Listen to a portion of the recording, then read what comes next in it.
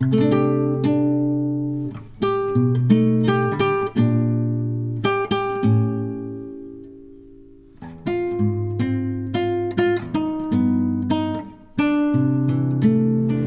mapagpalang araw po sa inyong lahat. Ngayon po ay March 13, 2026, Biyernes ng ikatlong linggo ng 40 araw na paghahanda.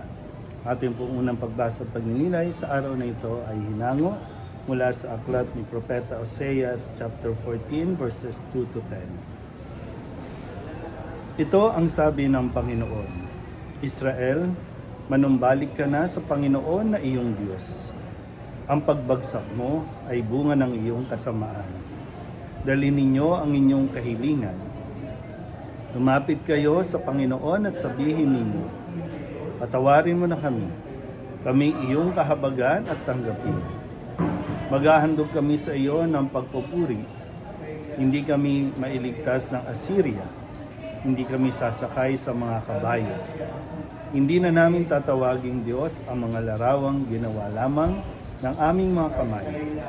Sa iyo lamang makatatagpo ng awa ang mga ulila.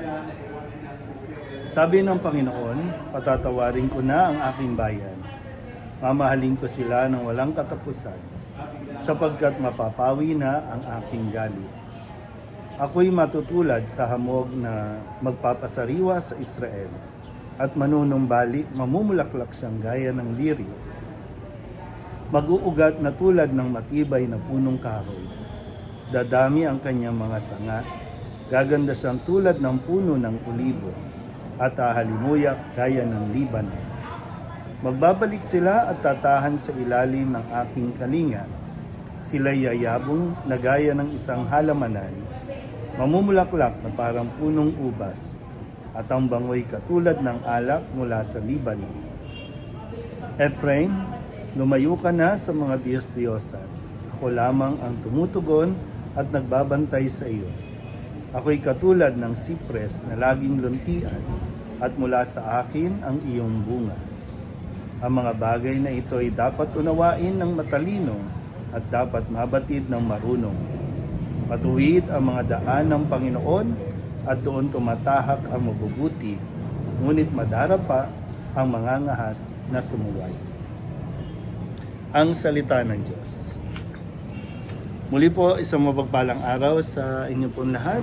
Tayo po ay napapatuloy sa ating paglalakbay sa panahong ito ng Kwaresma, kung saan ang panawagan na pinakamahalagang paghahanda ay yung tayo makapagsisi sa pamamagitan po ng pagtungo sa kumpisalan upang matanggap natin ang sakramento at pagpapatawad mula sa ating Panginoon. So, ayan, sa aklat ni Propeta Oseas, ang paanyaya sa atin na papaano ang Israel ay patuloy na inaanyayahan na manumbalik sa Panginoon dahil sa kanilang mga pagsuway at paglabag sa mga kautusan, kung saan ay ito rin naman yung pinaka puso na kumbaga na dapat isinasaan. Ito yung pinakamahalaga sa isang Israelita na hindi nila dapat kaligtaan. Tanging ang Diyos lang ang kanilang sasambahin. Pero yun nga po, sa kasawiang palad, sa paglipas ng panahon, ang mga nagpalitang henerasyon, nakalimutan nila ang mga bagay na ito. Pero ang Panginoon ay hindi nakakalimot sa kanyang pangako. Kahit mag-iba pa ang henerasyon, magpalit pa ng salin lahi.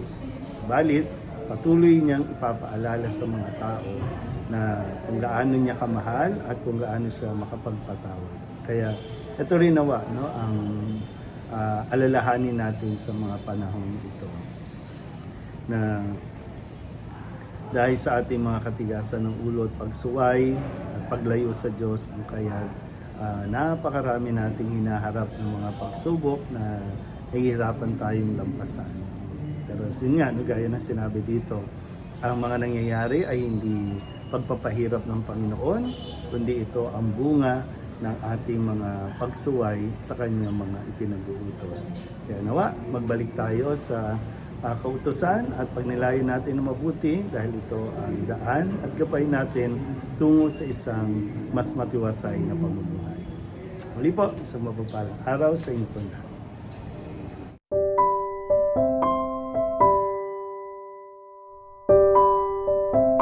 Thank you.